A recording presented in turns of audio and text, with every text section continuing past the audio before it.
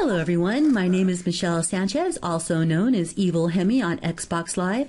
Welcome to my channel where I bring you video game commentary, tips and tricks and strategies and rants and raves from an older woman's perspective. I hope you enjoy the show.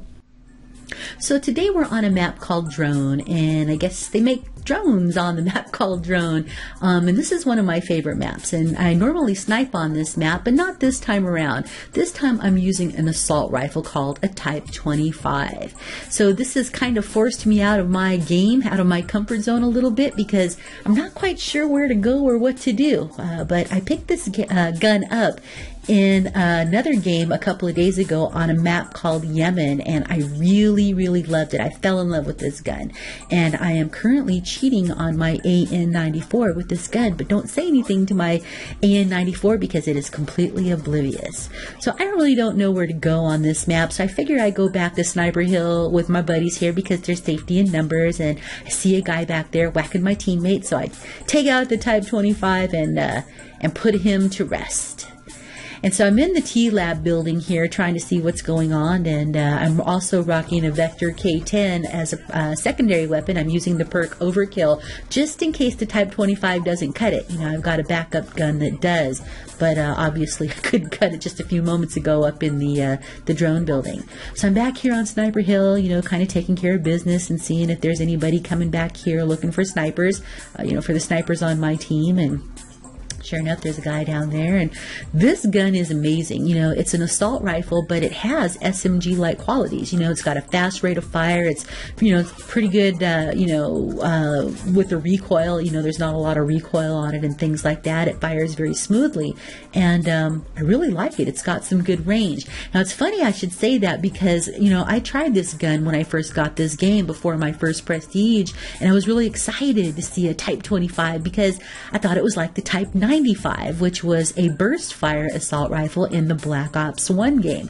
And I really loved that gun. That gun was a rape machine. I would just rape people with it. So I was really saddened when I tried to do, you know, to use the Type 25 in this game, and, you know, I was just really dissatisfied with its performance. And, you know, here I am 8 prestiges later, and I'm actually loving this gun.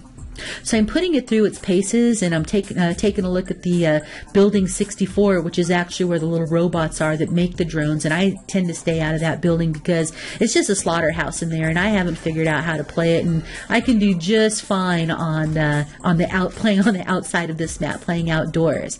And so I have just taken out what we call a turtle in this game, and that's right, you heard me say turtle. If you rock a shield, in our opinion, you are a turtle, and if you're a turtle, you generally have a girlfriend. So the turtle's the one wearing the shield, and the girlfriend is the guy running behind him trying to use the turtle shield as cover as he's running around firing behind the turtle.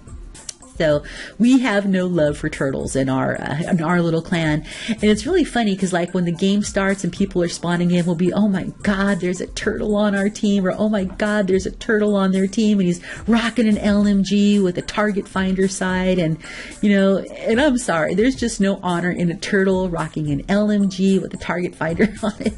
Actually, there's no honor in anybody rocking the LMG with the target finder sight on it. You know, that's just bad form, and we have a name for that in our in party chat, but I'll refrain from using it here in the commentary. So I'm checking out the building and stuff like that. You know, I can hear people you know, running underneath it and running up the stairs. So I'm kind of hanging out here and seeing who all I can take out and seeing if anybody's coming up the back path and stuff. And I've got something to deploy here, the UAV, and I'm listening to the Turtle Beaches, you know, and I can hear there's people out there. So I'm not really sure if I should just hang out on the top or if I should run down the side, or, you know, where should I go to get them. And then I'm pretty sure somebody's coming up the stairs here, so I'm just kind of taking a moment to listen to the Turtle Beaches to tell me if that's the case or not. And yeah, there is somebody coming up the stairs, so I'm just kind of hanging out here waiting for my opportunity to take them out, and I do, you know. And I beat a hasty retreat. And if you didn't notice, I just killed the Easter Bunny. That guy's gamer tag was Easter Bunny. And I'm like, oh no, I killed the Easter Bunny and I killed turtles. I'm going to hell. So I know there's other people out there, because I can hear them. I mean, turtle beaches are really good. And man, if you've got like $150 or even less than that, I think you can get them for like $99 on Amazon now. You know, it's the version 4, I think the 4.1Xs. They're 5.1 surround sound, and they're pretty cheap because, you know, if you've got the Xbox Elite, it doesn't support 7.2 surround sound. So it's a worthy investment, you know, and they can really make all the difference in your game because you can hear everything. And the triangulation is extremely accurate. I can hear a guy reloading across the map, you know, an enemy, and be prepared to take him out at a moment's notice. So I'm back up here on the helipad, and yep, there's the turtle, and there's his girlfriend, easily taken out with the Vector K10. And I'm going back inside to check the building here. I need to deploy my lightning strike, and I need to do it from safe cover. So I'm just checking, you know, back and forth to make sure that, you know, nobody's coming up, so I can go in that little side room there and deploy my kill streak award. And that works good for me. Now, there are guys out there, I see them all the time. They're deploying their kill streaks. They're standing in the middle of the map, in the middle of gunfire and rockets, and, you know, grenades are erupting all around them, and they're fine. Nobody touches them. Now, if I do that, I'm dead within 2 seconds of opening up the laptop. So, you know, that's not for old Hemi here. That's not for me. So I got to go find me a safe place to deploy my stuff, my shizzle.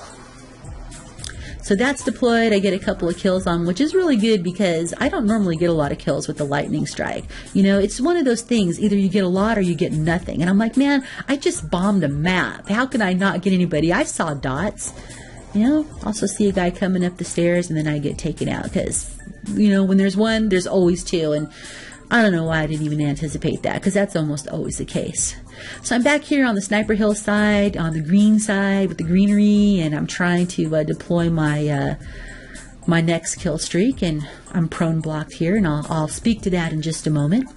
So what I've got here is something that you haven't seen me play with, and this is called a Dragonfire, and this is an awesome little aircraft. It's remote controlled, it's got a minigun on it and a camera, and, you know, it just hovers there, and I can take guys out, you know, at my leisure. And so the idea with this is to get it positioned in such a way where it's in front of you and protecting you, yet somewhat over a hot spot, and you just let it hover there and take guys out. You know, just shoot the red circles or whatever, octagons or whatever the hell shape those things are, or anything that doesn't have a green tag over its name is fair game.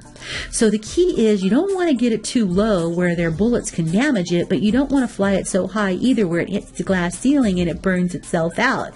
So, you know, there's kind of a blend of things that you need to do to get the most out of your Dragonfire before it times out and explodes or implodes or self-destructs. So you want to take out as many guys as you can and try to use the rooftops and the corners of roofs for cover to keep your little Dragonfire safe. And this little prone block thing here, you know, I'd like to shoot the guy, you know, that little ass clown that wrote the code or the algorithm for that, because, you know, how you deal with that is just move 1 millimeter over to one or two pixels to the right or to the left, and you can go prone.